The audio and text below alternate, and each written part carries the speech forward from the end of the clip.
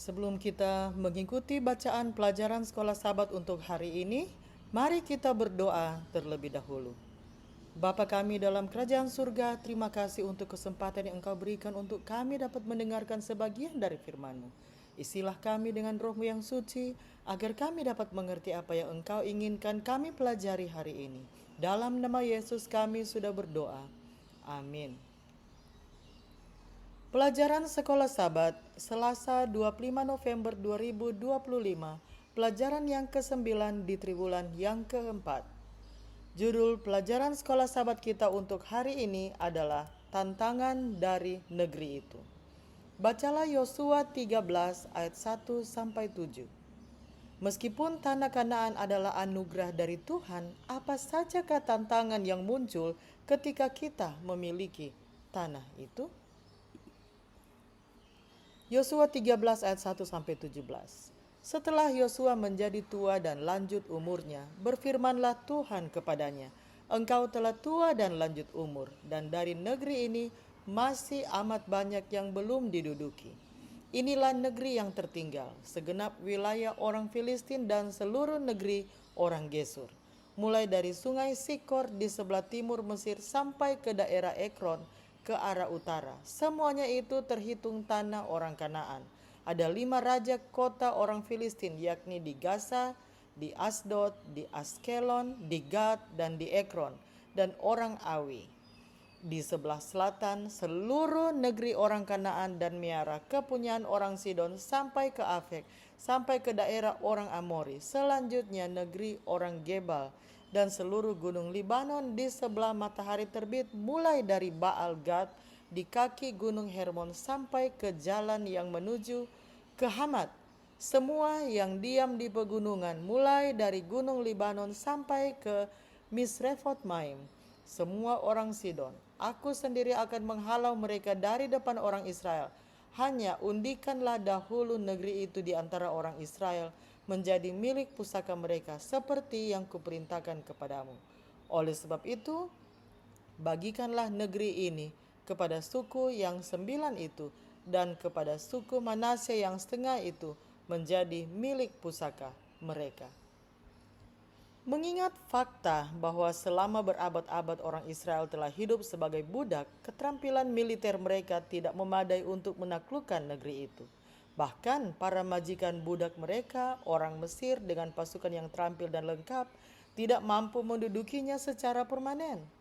Bangsa Mesir tidak pernah menaklukkan Kanaan sepenuhnya karena kota-kota bertembok yang tidak dapat ditembus.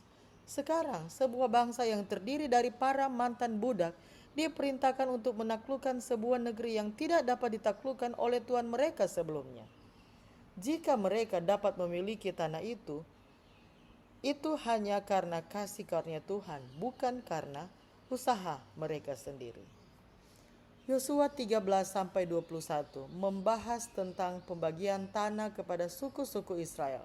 Pembagian ini memberitahu Israel tidak hanya apa yang telah dibagikan kepada mereka, tetapi juga apa yang masih harus mereka tempati di dalam wilayah tersebut. Bangsa Israel dapat dengan aman tinggal di tanah yang telah Tuhan berikan kepada mereka sebagai warisan. Mereka adalah penyewa yang sah dan berhak atas tanah yang dimiliki Allah. Namun, inisiatif Allah harus diimbangi dengan respons manusia. Paruh pertama kitab ini menunjukkan bagaimana Allah memberikan tanah itu dengan cara mengusir bangsa Kanaan. Paruh kedua melaporkan bagaimana bangsa Israel mengambil tanah itu dengan cara mendudukinya. Kompleksitas penaklukan ini menggambarkan dinamika keselamatan kita. Sama seperti Israel, kita tidak dapat melakukan apapun untuk mendapatkan keselamatan kita. Efesus 2 ayat 8 dan 9. Itu adalah karunia. Sama seperti tanah itu adalah karunia Allah kepada Israel berdasarkan hubungan perjanjian mereka dengannya. Tentu saja bukan berdasarkan jasa-jasa mereka. Lihat Ulangan 9 ayat 5. Namun, agar bangsa Israel dapat menikmati anugerah Tuhan, mereka harus memikul semua tanggung jawab yang menyertai kehidupan di tanah itu.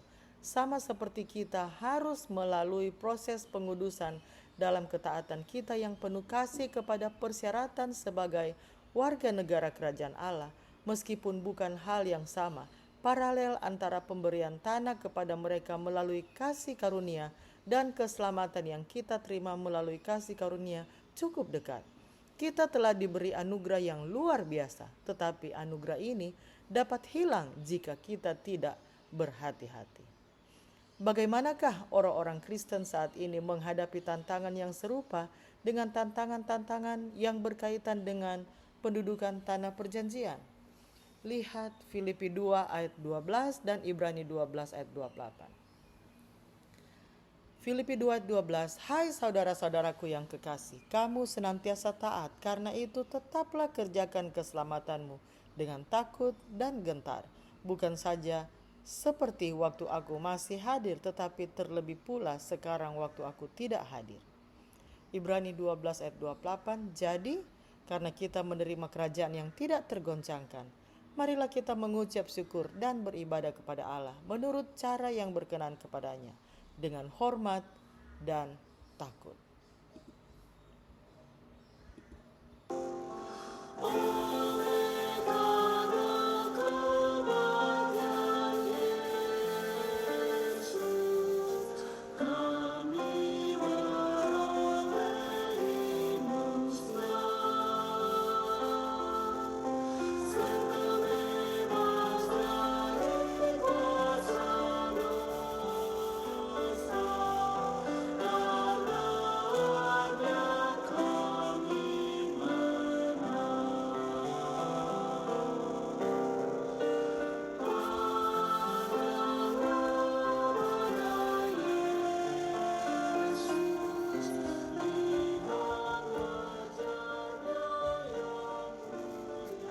Bapa kami dalam kerajaan surga, terima kasih ya Tuhan, karena Engkau telah menuntun kami, sudah mengikuti bacaan pelajaran sekolah Sabat tentang tantangan di tanah perjanjian. Terima kasih karena Engkau telah mengingatkan kami bahwa bangsa Israel yang tinggal di tanah perjanjian, mereka di sana bukan karena kekuatan mereka, tapi karena kasih karunia-Mu yang bersama-sama dengan mereka. Ya Tuhan, terima kasih karena Engkau telah mengingatkan kami bahwa keselamatan kami adalah anugerah daripada-Mu. Dan terima kasih ya Tuhan untuk kasih bagi kami semua yang memberikan jaminan bagi kami bahwa Engkau telah menebus kami dan Engkau membawa kami nanti ke tanah perjanjian Engkau telah siapkan bagi kami.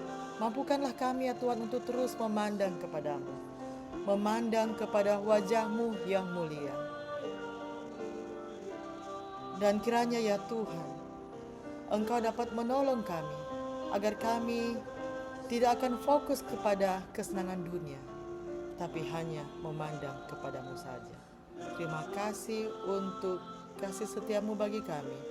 Di dalam nama Yesus kami sudah berdoa. Amin. Demikianlah pelajaran sekolah Sabat Selasa 25 November 2025.